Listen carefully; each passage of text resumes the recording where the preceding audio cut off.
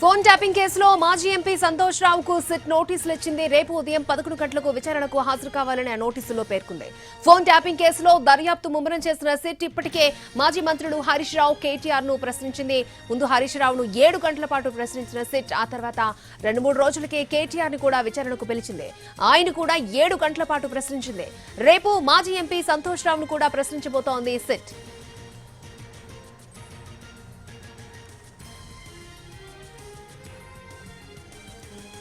Phone tapping కేసులో మాజీ MP Santosh రావుకు సిట్ నోటీసులు ఇచ్చింది. రేపు ఉదయం 11 గంటలకు విచారణ కావాలని ఆ నోటీసుల్లో పేర్కొంది. పూర్తి డీటెయిల్స్ మా crime input editor Ramesh Vaitla మనకు అందిస్తారు. రమేష్ వైట్ల,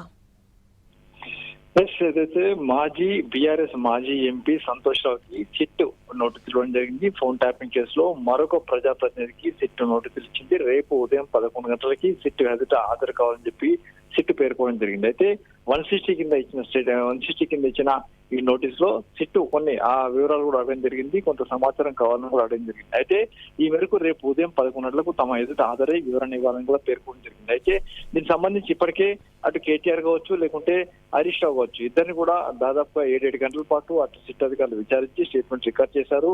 ఆ తర్వాత కొంత సమాచారం సేకరించారు. అయితే ఈ సందర్భం చూస్తే కొంత అటు పార్టీకి సంబంధించిన వ్యవహారాలు కావచ్చు, లేకుంటే అప్పటికి సంబంధించిన వెలుగులోకి వచ్చిన కొంత సమాచారం కావచ్చు, లేకుంటే ఫోన్ ట్యాపింగ్ గురించి కొంత సమాచారం కావచ్చు, లేకుంటే పార్టీకి సంబంధించిన బాండ్స్ కావచ్చు, వీటన్నిటి మీద ఆ ఇద్దరిని ప్రశ్నించిన సిట్ అధికారులు ఇప్పుడు అటు మాజీ ఎంపీ అయిన సంతోష్ రావు కూడా రేపు విచారించబోతున్నారు. అయితే విచారణలో ఏం తెలబోతుంది, ఎలాంటి విచారణ చేయబోతున్న విషయంగా కొంత ఉత్కంఠ నెలకొని చెప్పొచ్చు.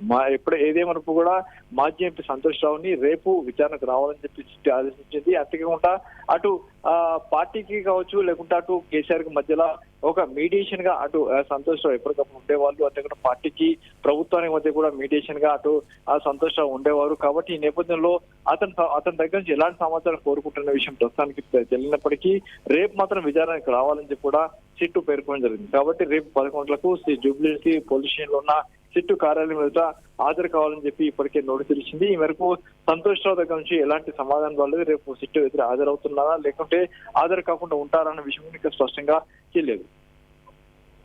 అంటే రమేష్, సిట్ దూకుడు మనకు కనిపిస్తోంది. వరుసగా కీలక నేతలందరినీ కూడా విచారణకు పిలుస్తూ ఉంది. సో ఫర్దర్ గా ఎలా ఉండబోతుంది అంటారు?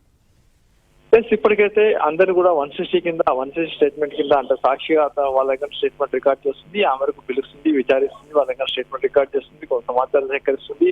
అయితే ఈ తర్వాత ఫర్దర్ గా ఎలా వెళ్తుందన్న విషయం కూడా ఇప్పటికీ అధికారులు నిర్ణయం తీసుకున్నారు. అయితే దీని తర్వాత కూడా ఇంకా కీలకమైన ముఖ్య నేతలు కూడా విచారించాల్సిన అవసరం ఉందని చెప్పి సిట్ అధికారులు చెప్తున్నారు. వాళ్ళని విచారించిన తర్వాత ఫర్దర్ గా ఎలా ముందుకు వెళ్లాలనే విషయం కూడా చెప్పబోతుంది. ఈ నేపథ్యంలో చూసినట్టే ఈ ఇటీవల కాలంలో బీఆర్ఎస్ నుంచి బయటకు వచ్చిన ముఖ్య నేత కవిత కూడా విచారించే అవకాశం కనబడుతుంది. ఆమె కూడా విచారించి ఆమె కుటుంబ సభ్యులతో సహా కవిత కూడా ఆమె కూడా నోటీసులు ఇచ్చి విచారించే అవకాశం కనబడుతుంది. ఆమెను విచారించిన తర్వాత ఫర్దర్ గా ఇక పార్టీలో సంబంధించి కీలకమైన వ్యక్తులను విచారించి ఆ తర్వాత ఫర్దర్ గా లీగల్ గా ఎలా ముందుకు వెళ్లాలనే విషయం కూడా ఇప్పటికీ సిట్ అధికారులు ఆలోచన చేస్తుంది. దీనికి సంబంధించి లీగల్ గా వెళ్లాలని, తర్వాత దీనికి సంబంధించి ఛార్జ్ షీట్ వేయాలి. పూర్తి స్థాయి ఛార్జ్ షీట్ వేసేందుకు ఇప్పటికే ఒక టీం రెడీ చేయడం జరిగింది. అయితే అందరు స్టేట్మెంట్ రికార్డ్ చేసిన తర్వాత ఆ మేరకు సిట్ ఒక ఛార్జ్ షీట్ కూడా దాఖలు చేసేందుకు రంగం సిద్ధం చేస్తుంది. ఓకే రమేష్.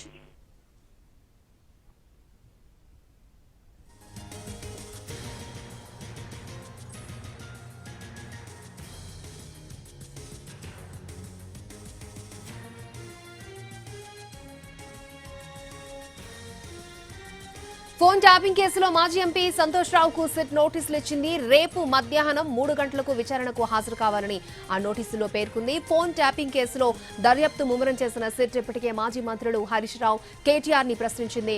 ముందు హరీష్ రావును 7 గంటల పాటు ప్రశ్నించిన సిట్ ఆ తర్వాత 2-3 రోజులకే కేటీఆర్ ను కూడా విచారణకు పిలిచింది. ఆయన కూడా 7 గంటల పాటు ప్రశ్నించింది. రేపు మాజీ ఎంపీ సంతోష్ రావును కూడా ప్రశ్నించబోతోంది సిట్.